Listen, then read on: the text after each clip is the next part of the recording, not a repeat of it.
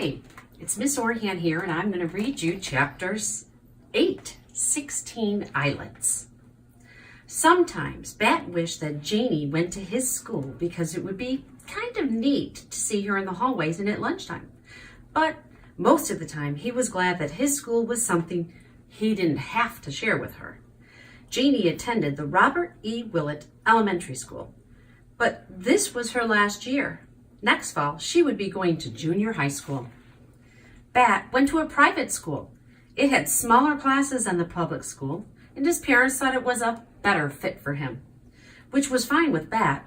Mr. Grayson was a good teacher who never yelled and who usually let Bat wear his earmuffs if things got too loud. Also, his school, the Saw-Whet School, was named after a type of owl. The main hallway of the Saw-Whet School was a busy place until 8:35 a.m. when class officially started. Until then, it was full of parents walking the younger kids, those in kindergarten and first grade, to their classrooms, and older kids walking themselves, all while the principal, Mrs. Martinez, stood outside of the administration office smiling and being friendly. "Bat!" called Mrs. Martinez, waving and smiling. Bat didn't feel like talking to Mrs. Martinez, so he pretended he didn't see her and slid to the far side of the hallway as he passed. That way, she couldn't reach out and rumple his hair. Bat hated it when people rumpled his hair, and Mrs. Martinez loved to rumple hair. She had never yet rumpled his hair, and Bat wanted to keep it that way.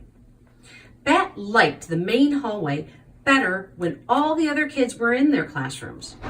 Right now, Luca and Israel, two kids in Bat's same class, were struggling out of their rain boots on the big rubber mat. It wasn't raining, but dark clouds peppered the sky in a way that could mean that recess would be wet. At Saw-Whet School, one of the philosophies was that students should go outside, rain or shine or snow. Bat hadn't worn rain boots, so he didn't have any that he needed to take off. He didn't carry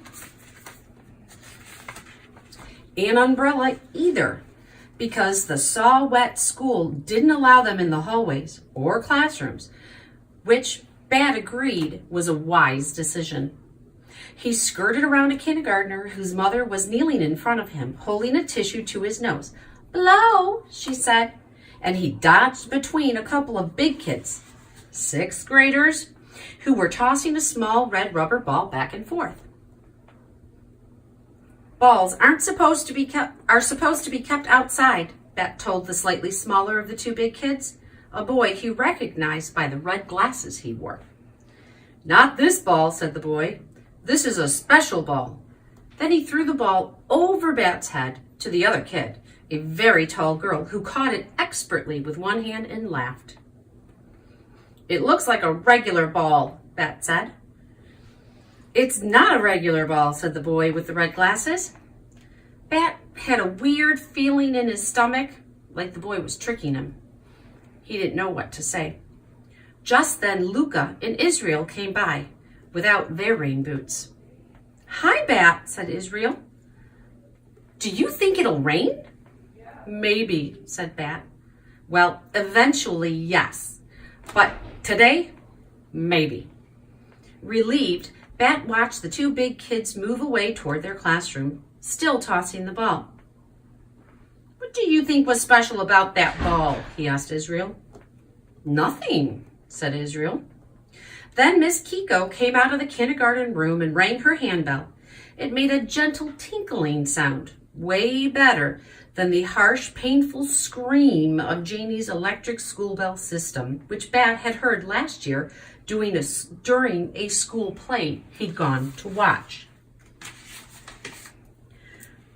To class, it's time for another day." Miss Kiko had a beautiful voice, which was probably why it was her job to announce the start of school.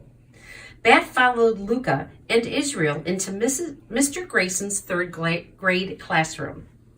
"I brought 2 sandwiches for lunch today," Luca was telling Israel, in case you want to trade cookies for one." "Why would I want to do that?" Israel answered. "I brought my own sandwich." Bet knew why Luca would think Israel wanted to trade. Yesterday, he had heard Luca tell Israel that she didn't really like her cream cheese sandwiches, and Israel had replied that he didn't like the turkey one his mom always made. "I would trade anything for a cream cheese sandwich," he had said. He listened to see if Luca would remind Israel of what he had said, but she didn't.